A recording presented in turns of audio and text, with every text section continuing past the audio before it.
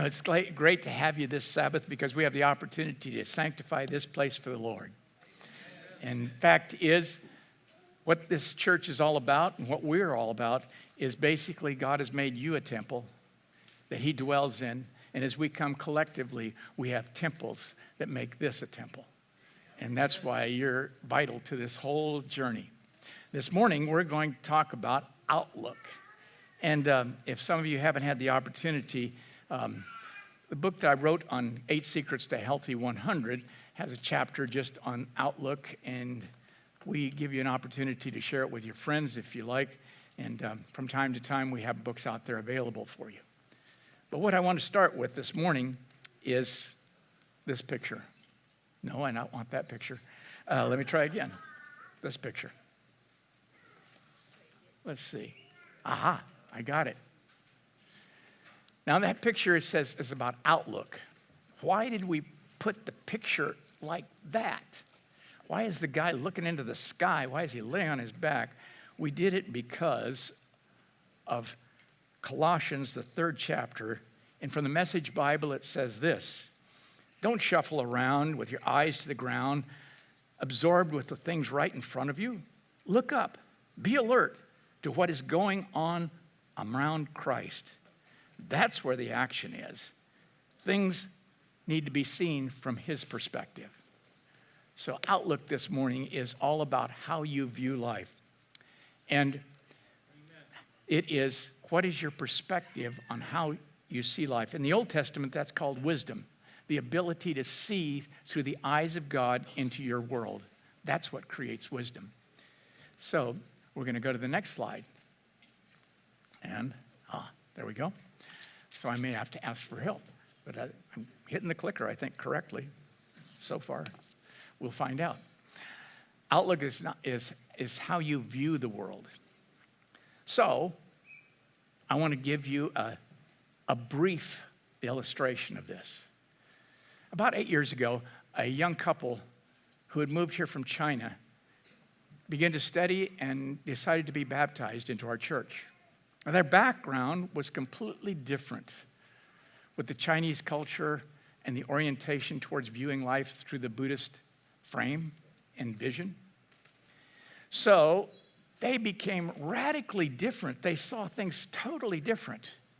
Well, they moved to Maryland because of the opportunity for Shasha Chen to actually become the CFO for the hospital that's known as Washington Adventist Hospital. Any of you from Maryland probably know that hospital. And it moved to a new site. So anyway, she was invited there. They went to Maryland, and suddenly they became very, very excited about what they saw in Maryland because they saw a community, and it had this sign on it. Going to the next slide. Help. Aha, we got it. So you can applaud every time we have victory, okay?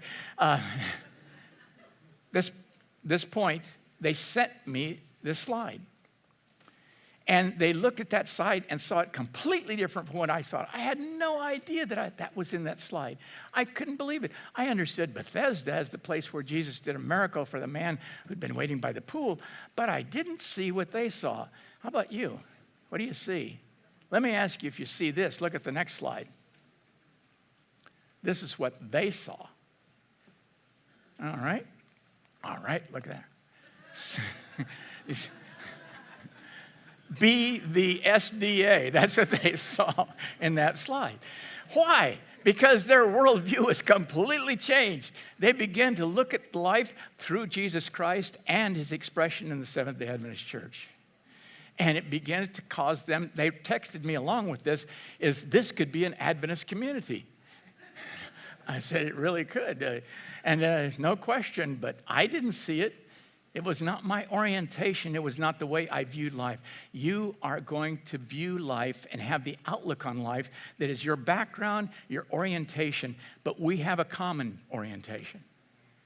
We know Jesus Christ. Amen. Being baptized into Christ gives you a completely new orientation because it makes you a new person. And a new creature sees things differently. So, one of the things I wanted to do this morning was talk about the Creator's outlook. Because you see, God's outlook is how we fashioned the acronym creation life.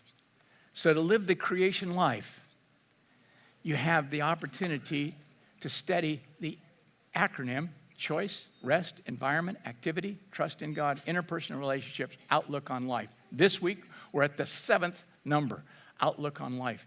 And it is so key, because what's happening to you is the world is always looking to try to get you to put on their outlook, their glasses. They're fitting you for their glasses. You walk out of here, signs will be screaming to you from the freeway. Music will be coming to you from your radio. Shows will be coming at you. People will be telling you, you got to have this, you got to have that, or you're not going to be able to live your life and really find happiness. I was amazed at a Chevy commercial recently. It said, if you buy this car, it's the first step to happiness. Really? I've had a few Chevys. Well, I won't go there. But what I will tell you is that the best place to understand why outlook is so important is to look at the Creator's outlook when He made this world. Look at the next slide. So, it starts with exactly what He named the garden that He created. He named it Eden. And Eden means pleasure. God's pleasure was built into this garden. It is the place where the best things happen. When the thief on the cross asks Him to be with him, He says, I'll see you in the king's garden. Today, you will be in paradise. Paradise, that word is a word from the Persian language, which means the king's garden. This was the king's garden. This is what He had in mind. This is why when He came to the 7th day, He said, it is His delight, because it's a synonym for the actual pleasure of God. So God did this for His pleasure, joy, and laughter. I'm sure it rang through the garden from His voice. Let's look at the next thing that He put into this world. So if you look at that, it says, so God created humans in His image. Male and female, He created them. Then God blessed them. This shows you God's outlook on you. And it's very important to understand God's outlook on you personally, because people are constantly trying to shape your outlook. Sin did it first in the garden, and it moved us from being blessed to being shamed. You live in a world that's been shattered from blessing and moved to shame. In fact, we're about to enter football season, and we live in these talk shows, and you have people who are dedicated to being critics about everything, and they can tell you what's wrong, they can tell you what's right. That's what they're there for. What happens is it turns us into critics. Why? That's exactly what happens when God is pushed out and the world comes in, is you become self-critical. People say, well, other people judge me. The harshest court you will ever enter is the court between your ears. It is the judgment of the mind on yourself that is the most damaging and most difficult. So the first thing He did was He made them in His image. The image of God is one of the most beautiful ideas, because it basically is the root word for imagination. And when Paul says, you have not even imagined what heaven is like, it hasn't even entered your mind or your heart to know what heaven is like, he is taking this word imagination and attributing it to what God's going to have for us when we arrive in heaven. It's a beautiful opportunity. So His image is in people. Now you might say, what about the worst people in the world? Is His image still there? All I can tell you is that He said of His disciples, He knew all about them and He loved them to the end. The image He was still going for. He was still trying to polish the image. Some people have stained the image. Some have covered it with dirt. Some have taken practices that have almost made it disappear. But they bring a woman to Jesus, dragging her from the moment of catching her in adultery to say, condemn her, condemn her. He begins to write their sins in the sand. Why in the sand? Because the wind will erase the sand. He didn't do it in rocks. He put the 10 Commandments in a rock. He could have been very impressive and just simply said, well, give me a rock. You can take this one home. This is yours. He didn't do that. Slowly they left. He turned to the woman and said, "Who condemns you?" And she said, "No one, Lord." What did he say? "Better shape up, lady. You're on thin ice with me." No, he said, "Neither do I condemn you. You can be free from sin. I won't condemn you. I will free you." Paul said, we are not condemned under Christ. We are free from the law of sin and death. So it is that God put his image in us, and then it came to the sixth day, and he had one thing to say about the day that was different from every other. For you see, God said consistently throughout the week, "It's good, it's good, it's good, it's good," until he came to the sixth day, and Adam named the animals, and he said, "Whoop, not good that man should be alone." Not good. I won't give the men an opportunity to say amen this time. I've done that before. So I'm sure you've impressed your wife already. But anyway, it's not good that man should be alone. And so he says in the garden, it's not good, but he will not leave it in that condition. He goes and creates Eve and introduces Adam to Eve and performs their marriage as the evening sun sets on Friday night. He will step them into his love on the Sabbath day. It is his delight. It is place where love reaches its pinnacle. It is the complete and perfect day. It is where you have the opportunity to come back and step into a piece of eternity, worshiping God. Reset your glasses of your vision, because you can walk in with all kinds of things in the back of your mind or the front of your windshield. And what happens is God takes and changes those things and reminds you that he's above them all. He's above them all. I'll show you that in just a moment. But let's go to the next slide, because it's a summary of what God did in his outlook in the garden. Eden is his pleasure.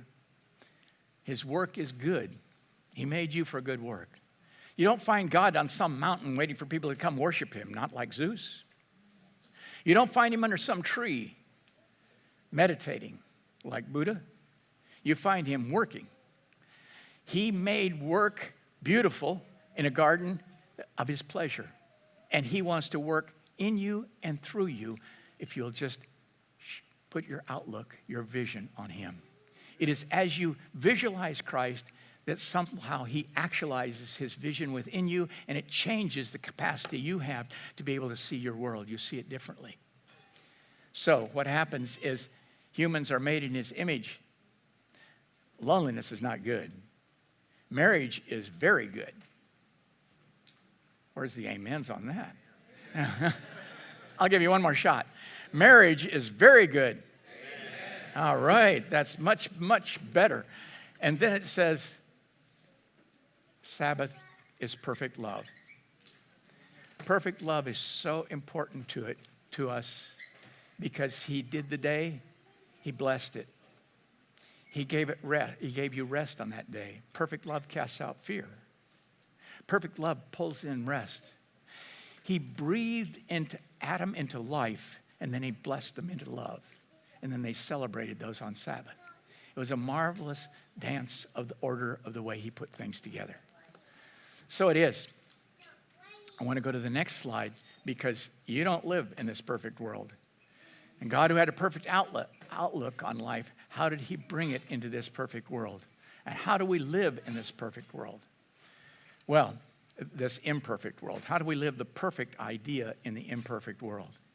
I believe we can take the ideas of the perfect Eden and bring them into the broken society in which we live. And they are the bridges to eternity and healing and hope. So, what happens? This is from Romans, the 8th chapter, verses 5 and 6. Abigail read some of this. This is from the New Living Translation. For those who live according to the flesh have their outlook shaped by the things of the flesh. But those who live according to the Spirit have their outlook shaped by the things of the Spirit. For the outlook of the flesh is death, but the outlook of the Spirit is life and peace. Isn't that a beautiful promise? It's life and peace. Take you to a story. Can I tell you a story? Yes. You can say, tell it. Can I tell you a story? All right, well, I'm going to tell it for you. Now, here's the way it is. Elisha is in Dothan, the city of Dothan. He's taken with him a member of the school of the prophets. They've gone to Dothan to live in the city there, and suddenly things start to change. Because you see, the king of Syria, their opponent, has been trying to trap and ambush the king of Israel. And in this ambush process, he set up several of them and missed him. And he is so aggravated, he says to his cabinet of men, look, his generals, his leaders, somebody is a traitor in this group. Who's that? Who is it? Come on, confess. Who's the traitor? And they said, not us. Your problem is with Elisha, because he's hearing from God and telling the king every time you want to move and ambush him. And he's telling him to go to a different direction. He says, okay, tell me where Elisha is. He's in Dothan. Okay, let's get an army together. We're going to surround that place, but we're going to go there at night so they have no chance to escape.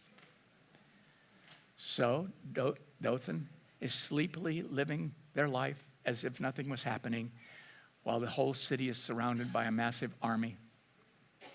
And the Bible story is contained in 2 Kings chapter 6, I should say. And the servant wakes up. And he walks up where they usually have their morning prayer, on the roof where they can look over and see out to the valleys. He walks to the edge of the roof and looks out, and what does he see? The army is totally surrounded them. And he is saying, this is death. What are we going to do? He shouts out, alas, master. In other words, that's just a Hebrew word for help. He says, alas, master, we're going to get killed. He says, what shall we do? Elijah came up, stood on the roof with him, looked out. And he said, those who are with us are more than those who are with them. Oh, brother, just what I needed. The man's gone senile. But just what I needed, his thinking. He's having these imaginations. What are you talking about? He doesn't say another word.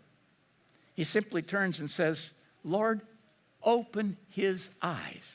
He prays that prayer beside him. And what happens? He opens his eyes. God opens his eyes, and what does he see? Chariots of fire, all on the mountains around them. It is true. He that is with us is more than he that is with them. It is true. It is still true today. You are more than conquerors through Jesus Christ. And so the idea is, the vision is lifted. The story is incredible, because what happens is Elisha goes out and prays to the Lord, make them blind, and they all go blind. And he says, who are you looking for? I said, Elisha, I'll take you to him. Follow me. You're at the wrong city. He takes them all the way to Samaria, where the king has them there. They go inside the city. He prays to God, open their eyes. They open their eyes. We're dead men. We're gone. We're history. He says, no, just a minute. The king of Israel is totally into this from the flesh standpoint. What does he say? Can I kill them? Can I kill them? He dances around the idea. He says it, repeats it several times. Can I kill them, Lord? Can I kill them, Master? And Elijah says, no. Let's think spirit. Let's think life. Let's think peace. What does he give you? Life and peace. He says, feed them, give them a banquet. Send them back home. The chapter closes with these words, or the incident closes with these words. And there was no more raiding by the Syrians. They were at peace. If you give people the view of heaven, it will bring peace and life. It will affirm the beauty of life and advance the challenge of peace. I'm not going to tell you that it just works magically in a moment, but it works consistently over time as you speak peace and life into their lives.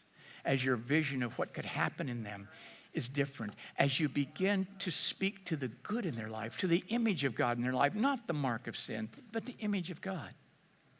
It's so easy to see the marks, especially when somebody is acting bad. It's so easy to say, yep, you're just like your whoever, you insert the name. But God says to these people, so many times Jesus said to them, look, you're good. There's God within you. How do you see yourself, my friends? Do you let the devil fit his glasses on you? I hope not. Let's go to the next slide. This one says this. Very early in the morning, while it was still dark, Jesus got up, left the house, and went off to a solitary place where he prayed.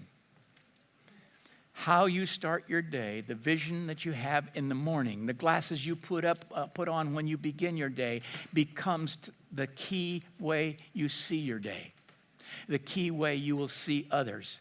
And Jesus did this. I would suggest that's a great idea for all of us, right? Let's go to the next slide. Here, this is the blessing that God told us. He told all the preachers to give this blessing, went to the people when they came to church. I do this every morning when I get up. I've showed it to you once before, but I want to drill this in one more time. So would you mind standing with me? Just humor me. I need the humor. Okay, now we're going to stand up, and I'm going to get out here where I don't hurt Jen's instrument. Okay, so what we do is we start with, and I do this every morning for my wife too, so you might want to do it for your kids. Start with taking a deep breath. Hands up, bring them down to the prayer position. Now we start. May the Lord bless you all the way around and keep you. Hug yourself. May the Lord make his face shine upon you and be gracious unto you. That's the cross. May the Lord lift up his countenance upon you and give you peace, now and forevermore. Be seated, please. We needed that little exercise break. That's part of the creation model, activity. It's very much part of the whole model. So I want to look at the next slide and tell you a story. Can I tell you a story? All right. Tell you a story. So I am waiting to interview John. And John walks into the interview in a total different than I expected. He has a bottle of water. I left mine down there. But anyway, he held it up like that, a bottle of water, and he says, I celebrate life. Okay. I was told if I'm writing about on living to a healthy 100, I needed to talk to John. So I said, okay, I'll listen to this. I'll celebrate life. It's every chance I get. So I toast life at every meal. Some people think I'm crazy, but this is the secret that has helped me defy the odds. I said, John, tell me the odds. I got to understand what's the odds in your life. He says, I was born with cystic fibrosis. Hadn't even been diagnosed very well in those days. My mother read some journals. She's a nurse, and she finally said that one day she was drying me out of the bath and tasted my skin as she kissed me, and it tasted salty. And it fit with a journal article that she'd read, and she said, I think you may have cystic fibrosis. He was too old to understand, so he just blah, blah, blah. So that's all he said. But anyway, she took him to the doctor, and the doctor confirmed he had cystic fibrosis. Not only did he confirm she had cystic fibrosis, he said, this boy won't live past 12. That was the sentence that was given him. His mother said, we're going to live the way God designed, and we're going to live as Adventists because they live longer. So even if he's only going to 12, we could probably get to 13. So they went home. They said he'll never finish elementary school. And the teacher started giving him easy assignments. His mother said, no, you don't do that. Don't do that. Treat him like everybody else. Give him the assignment he needs. He graduated from elementary school. They said he'll never make it through high school. He made it through high school. They said he'll never make it to college. He made it through college. He said he'll never get married. He got married. He said he'll never have children. He has children. He'll never have a career. He is the executive vice president for operations for the Adventist health system in Maryland. I said to John, tell me your day. What is it like? What is it like? He says, the key is how you start it. So when do you start your day? Give me a typical day. He said, 4 in the morning. Oh, yeah, that's good for me too, you know. At least I wake up then. I usually go back to sleep. But anyway, 4 in the morning, he says, that's where I start. I said, what do you do at 4 in the morning? He says, I have to have a treatment. You get up, they pound on your back of your chest. You know, those who know about this know what I'm talking about. He gave him a treatment. I said, what do you do after the treatment? He said, I have my devotions. I said, what do you do during the treatment? He said, I pray then too, that they'll stop hitting me. Anyway, he prays and he gets out. He said, what do you do next? He said, I run a mile. Really? You run a mile? You shouldn't be in air conditioning. You run? Yeah, I run a mile. I said, so what happens next? He said, I go to work. What time do you get to work? Well, about 8. Then what do? I work 2 hours, and then respiratory therapy comes in and gives me another treatment. At your office? Yeah. You know, I'm a hospital person, so I've got them right there. Okay. Then what happens? What time do you go home? 5 or 6, something like that, unless I have an evening meeting. What do you do when you get home? I have another treatment. And then I do it all over again. I said, how long have you been doing this? He said, 53 years. I said, you know, I've been told that you are the longest living person with cystic fibrosis. At the time that I interviewed him, a little over 10 years ago, life expectancy was about 35. John was 53. I said, are you the longest living person with cystic fibrosis? He said, I don't want to know. I said, why? Why don't you want to know? You could set a record. He said, it will limit my brain on what I could become. I don't want that in my vision. I don't want my outlook to be, I'm the oldest person, because that means you're the next in line. You're the next in line. John is now 63. He will retire, I believe, and over time they'll name him the oldest person. They already have in Washington, D.C., in the Cystic Fibrosis Society. But here's the difference. How you start your day, where you put your vision, no matter what is your obstacle in your way, pray it through the eyes of God. See it through the eyes of God. Do what God did to bring people, his children, to life. He first breathed life into them and then blessed them. Prayer, Ellen White calls, is the breath of the soul. So as you pray, you are breathing in new life. And as you bless yourself, you're embracing his love. You're embracing his evaluation of you and not somebody else's, because as you go out, that evaluation will be battered, I guarantee you, by this world. But as you look up, that evaluation will be changed. Let's go to the next slide. This one is a favorite. Psalms 90, verse 14. Satisfy us in the morning with your unfailing love, that we may sing for joy and be glad all our days. That is John. That's where he's about. David hit it right on the head. Let's go to the next slide. Let's go to the next slide. Aha! This is one of my favorite. I hope you like it. It's a cartoon I created. This guy is interviewing by the senior pastor to be the youth pastor. And he says, your resume says you are made in the image of God. One question. Why aren't you smiling? Why aren't you smiling? You're made in the image of God, folks. Why aren't we smiling? Do you know that Berkeley, California, the hotbed of liberalism, did a study on the effect of smiles. They went clear back to young people's yearbook, their annual, and measured the size of their smile. And then they then they caught up with them where they were that day, about 20 or 30 years later, and they asked them about their well-being, their health, their marriage. They did all these things. The conclusion they came to is on the next slide. It says, we now know that genuine smiles may indeed reflect a sweet soul.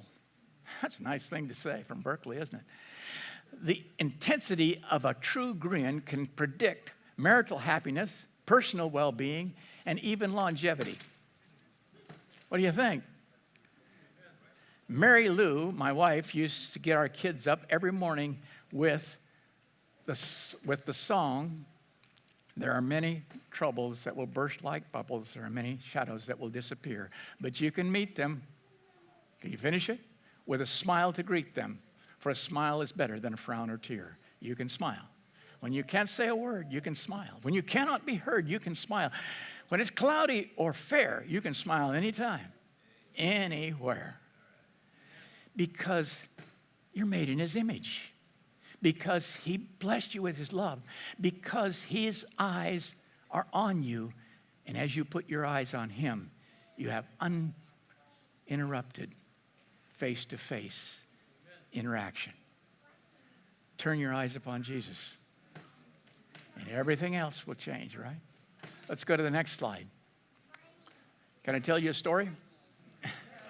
Okay, tell it. Okay, so I was asked to speak at a men's conference. I got really excited about this opportunity because this guy was going to be at the men's conference. Do you know Nick? Okay, you've seen some of his stuff in this. So this is answering the question of what if I have been disadvantaged? What if I am disabled? How can I have a smile on my face? What if I'm going through difficult challenges physically? Why can't I have a smile on your face?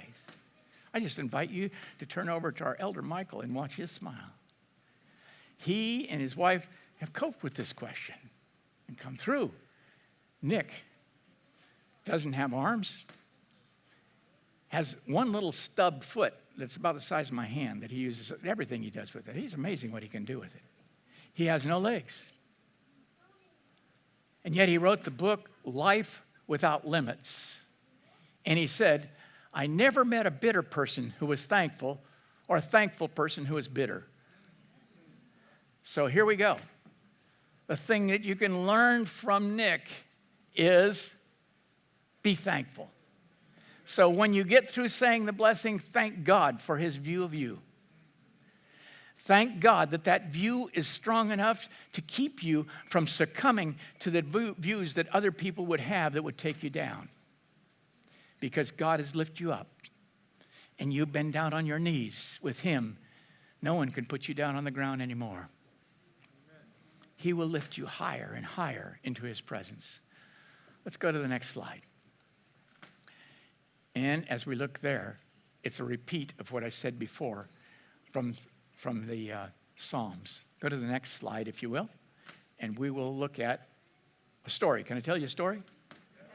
Okay, I'll tell it. Thank you for the invitation. Here's the story. Gladys Burrell is shown here finishing the Hawaiian Marathon in Honolulu. In 2004, no, it's later than that. No, she finished the marathon, but what happened was she set a world record, a long time. The first woman at 92 to finish a race, a marathon. She finished the marathon at 92. She lived past 100, and only 16 days before her 101st birthday did she succumb to the issues of life. You say, well, she was born in a way that she had super genes, right? She had it made. No, she had polio when she was a child. Well, she didn't go through a sadness and loss. Well, she did. Her son died of brain cancer. And her husband died the year before she ran this marathon. She had run this marathon before. It's not her first time. She had trained for it, got ready for it. She said she learns to pray and run at the same time because God's breath is better than hers. And so it is that she was the year before, stopped and dropped out of the marathon about 500 yards before it was finished. She had a pain that she just could not handle in her side. Her stomach was completely distorted. She stopped. This day, she stopped a little over 100 yards from the finish line. She stood there, and everybody wondered what was going on. Was she dropping out? Was it over? Has she had the same thing? Is this terrible thing that she'd had before come and attack her again? After 2 minutes, she walked the rest of the way to finish with her hands in the air. She said to the press when they asked her, "Why did you stop?" "I thought my life work would change once I crossed that line. I knew some people needed encouragement, so I thought that prayer was very important." She stopped to pray. Look, another place you need to make sure you understand how to have the vision of God in your life and the outlook of God is when you have success. It's when you have success, that's great. Look, your outlook will be challenged both at success and failure. I love the saying. Failure is never fatal unless it goes to your heart. Success is never fatal unless it goes to your head. So all of us know people who have success, spike the football, chant with the crowd, walk around, slap hands, do all the things, go on the shows, talk about it, how great they are. Have their franchise, have their beverage, their shoes, their whatever they're going to sell. They are a brand. God says, prayer will brand you within as nothing else can brand you outside. Amen. When you succeed, you are often most vulnerable to change your outlook. It happened with David, right? Where does he fall? When he's in success. It happened with Solomon when he's in success. It happens that basically the devil attacks you at the moment of your success. That's why right after the baptism of Jesus, what happens? What comes next? I know you're out there, I can hear you breathing. So tell me, what comes next? The temptations. Exactly, that's what comes next. You think maybe it's finished, and the devil comes, bam, right back at you. Elijah has great success on Mount Carmel. He thinks it's over, and now we've got a reformation. When I wake up in the morning, things are going to be different. What does he wake up to? A soldier that says, she's going to get you. She's going to get you. She's determined to kill you. What does he do? Run, run, run, run for his life. He's downhill from that high mountain until he finally got uphill with God again, who changed his outlook. Changed his outlook. God said, look, I can give you wind, and it'll blow this cave apart. I can give you earthquake, and it'll shake it apart. I can give you fire, and it'll melt it. But what I want you to have all the time, because you can't stand all of those miraculous moments of up and down, is a still, small voice that is in you at all times and gives you the comfort and the ride of the best and finest limousine. For as you ride on God's consistent voice, life will bring you to peaks, life will bring you to valleys, but He will bring you to hope and Himself. Let's look at the next slide. Here's what it says on the next slide. Aha! Jesus was in this experience. He just fed the 5,000, and we know that that's really probably more like 15,000. He just fed them. And they were really excited because they were on their way to Jerusalem for the Passover. This is the time that they could look for a Messiah. Let's name Him King. He's got it all. We can name Him. The momentum is strong, and He feels it, but what does He do? He sends His disciples away. They were part of the problem. They were whipping up the crowd. Come on, He says it's time. He dismissed the crowd, and then He went up to the mountain to pray. Not a quick, casual prayer, but a prayer that lasted into the third watch. That's 3 a.m. in the morning. He prayed and struggled because this temptation is what the devil had given him when he said, you can have all the kingdoms. Ambition, when it is at the point of being realized, becomes a place where you need to adjust your outlook and give your success to God. Reset. And Jesus reset, rejected that opportunity, and went his way. Let's look at the next slide. Can I tell you a story? Okay. Let me introduce you to Sheila McThenia. Sheila woke up one morning and felt something wrong in her breast. She went to the doctor, and sure enough, it was diagnosed as breast cancer. They gave her a double mastectomy, and in the process, found that 24 of the 31 lymph nodes were infected with cancer.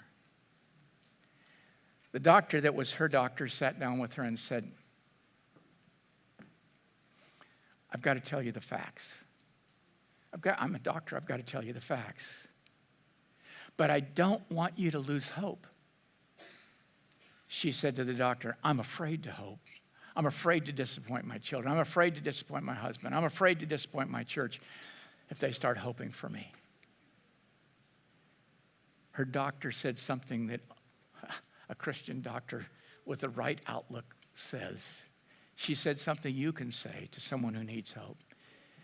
Instead of saying, oh, I feel so bad for you, you're suffering, you're so far down, what can I do? I'll give you a hug. She said, you can borrow hope from me.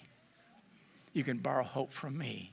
You are a hope bank for hopeless people who need to hear, you can borrow hope from me. Let's go to the next slide. Her son Noah, after her chemo, saw her look almost gaunt, like she was going to die. He's 7 years old. She has 4 boys. She homeschooled him. One day they're sitting on the couch. Her eyes are dark. Her body is thin. Her skin is white and discolored. And Noah takes her face in his hands and says, Mommy, are you going to die? Tears run down her face and his as she says, Daddy's going to take care of you. But I'm hoping and praying that God's going to change things. Well, she came at night with the chemo syndrome of waking up. It's night, it's 3 a.m, she's on chemo, she wakes up, seems like every 3 a.m. What is haunting her mind? Mommy, are you going to die? She turns to her husband, Tom, and says, Tom, what are you going to do if I die? And he says, I'm going to take care of the boys just like I promised. We're going to do what you said. Our plan is going to be there. The next night, 3 a.m., she wakes up, rolls over and says, Tom, what are you going to do if I die? He says, I'm going to take care of the boys just like we thought. Go back to sleep. The next morning, 3 a.m., she wakes up. Tom, what are you going to do if I die? He says, Sheila, the real question is, what are you going to do if you live? What are you going to do if you live? And that answer permeated her. That she got up that next morning and she said, I'm going back to medical school. She had truncated her medical education to homeschool her boys. She went back to UCF, and they said, oh, you're a little old for going to medical school. She said, let me try. Finished my pre-med. She aced them. She finished and got ready for medical school. She moved her application out, and the word came back, you're too old. You're too old. She's 41 at the time. I said, no. She said, not if you're going to live to 100. That's exactly what she said. Not if you're going to live to 100. And finally, LSU accepted her. And then UF accepted her. She went through and finished her degree, medicine, took her internship at Mayo Clinic in pediatric oncology. Today, she is a member of the Brain Cancer Network for Children. Today, she is the first ambassador of the Healthy 100. I presented her with a lab coat when she was accepted to medical school. On it was her name, and under it was Ambassador of the Healthy 100. Can I close with another story? Let's flip. Thank you. We're getting it. We're getting it. She went on to ask herself, what was God's purpose for my life? And she began to live it. She lived Ephesians 2:10. For we are God's masterpiece. He has created us anew in Christ Jesus so that we can do the good things He planned for us long ago. You can do them wherever you are. I wish I could tell you some stories about people who do the most menial work in the hospital, and what they have learned to see is Jesus in that work. And they do it unto God, not to the HR department, not to the supervisor. Let's look at the next one. Can I tell you a story? So this is one of my favorite guys. I love this guy. I met him when he was 94. On the 17th of June, he celebrated his 105th anniversary. His name is Dr. Ernest Rogers. He was a pastor. He was on the faculty of Oakwood College and then to the university. He was their first biblical languages teacher. You can see him on the web on YouTube as they do a drive-by, thankful for his birthday event at 105. He fascinated me at 90 in his 90s because actually there was a special that was done on living in your 90s and loving it. And they featured him and his new wife. They were getting married. He was 95, she was 94, and he was 96. And they were getting married. And they said, what in the world are you getting married at this age? He said, it's not good for man to be alone. It's not good for man to be alone. Don't you love that attitude? So I take you to the last slide. I believe this is almost the last slide. I imagine this for my friend, Dr. Rogers. I put my life in your hands. You won't drop me. You'll never let me down. Not a bad prayer, huh? Oh, my friends, if I had one gift to you this morning, it would be to give you the vision of heaven on the prayers of earth, to bless yourself and breathe in His love, to pray without ceasing, to rejoice always, to live in hope, because that's the outlook of heaven, and put it on every morning. And I would say to you, of all the things we need, it's a smile. And people will see you coming if you smile. And the good thing is you can do it anywhere if your vision is upon Him. May your outlook be eternal. See what's really going on in your heaven. Let's pray. Oh, Father, I bring your children before you. We need your vision. We need it to be able to know the breath of life that you bring to us as we pray. We need it to know the blessings of love that you overflow us on the Sabbath day. And now this morning, I would fail you if I didn't ask. Are you at a point where you need the vision of heaven to flow into your life? Wherever you are, if you are at that point, raise your hand as I finish this prayer in your behalf. You see the hands, you know the heart, Lord. Whether it's a person who needs to see you recreate them through baptism like Claire. Whether it's a person who's had success but needs to recalibrate it, whether it's a person who's going through difficulty and needs to see beyond it, I put them all in your hands. And I say to them the words that you told us. May the Lord bless you and keep you.